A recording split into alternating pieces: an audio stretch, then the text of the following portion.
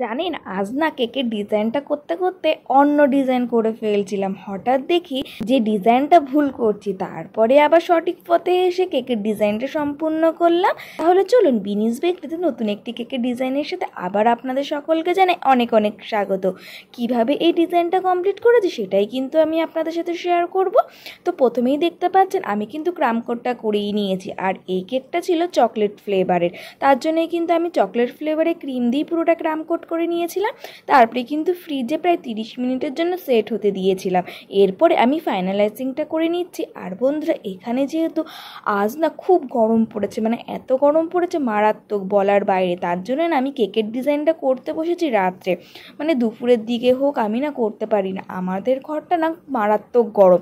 সেই অনুযায়ী কেকের ডিজাইন করতে বসলে ঠিকঠাক হবেও না, এর জন্য আমি আগে পিছে মানে সকাল বা রাত্রে সেরকম একটা ডিজাইন করেই থাকি।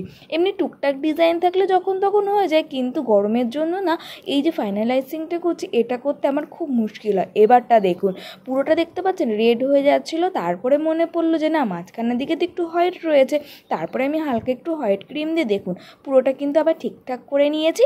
এখানে কিন্তু আমার ওপর নিচের বেসটা পুরোপুরি রেডি হয়ে গেছে। এখন আমি কিছু সুগার বল দিয়ে দিচ্ছি। আর এই ডিজাইনটা অর্ডার করেছিল একটা নতুন কাস্টমার দিদিটার সাথে তো অনেক দিন আগেই পরিচয় ছিল, বাট এই দিদিটা ফার্স্টবার কিন্তু আমার কাছ থেকে কেক নিল।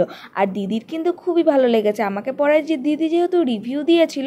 আর হ্যাঁ, এই দিদিটাও কিন্তু সেম বাটারফ্লাই কেক নিয়েছিলেন, কিন্তু এই দিদিও না এখানে থাকেন না, সে তার বোনের জন্য আমার কাছ থেকে অর্ডার করেছিল।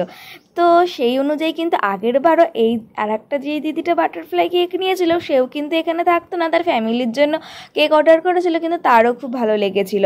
এইবারও কিন্তু সেমভাবেই কিন্তু একই ডিজাইন, বাট একইভাবেই কিন্তু ওই দিদিও এখানে থাকেন না, মানে ওই দুইজনাই কিন্তু আমার কেক টেস্ট না করতে পারলেও তাদের কাছে কিন্তু কেকের টেস্টটা খুবই ভালো লেগেছে, মানে তাদের ফ্যামিলির কাছ থেকে হয়তো শুনতে পেরেছে সেই অনুযায়ী। আর হ্যাঁ বন্ধুরা, আপনারা যারা ভাবছেন এরকম কেক অর্ডার করবেন আমার লোকেশান থেকে যদি আপনারা কাছাকাছি হন, তাহলে কিন্তু অবশ্যই আমাকে কমেন্টের মাধ্যমে জানাতে পারেন। আর এই ডিজাইনটা আপনাদের কেমন লেগেছে অবশ্যই কমেন্ট করে জানাবেন। আর এরকম নিত্য নতুন কেকের ভিডিও দেখতে হলে আমার সঙ্গে থাকবেন। আজকের জন্য এইটুকুই বন্ধুরা, টাটা।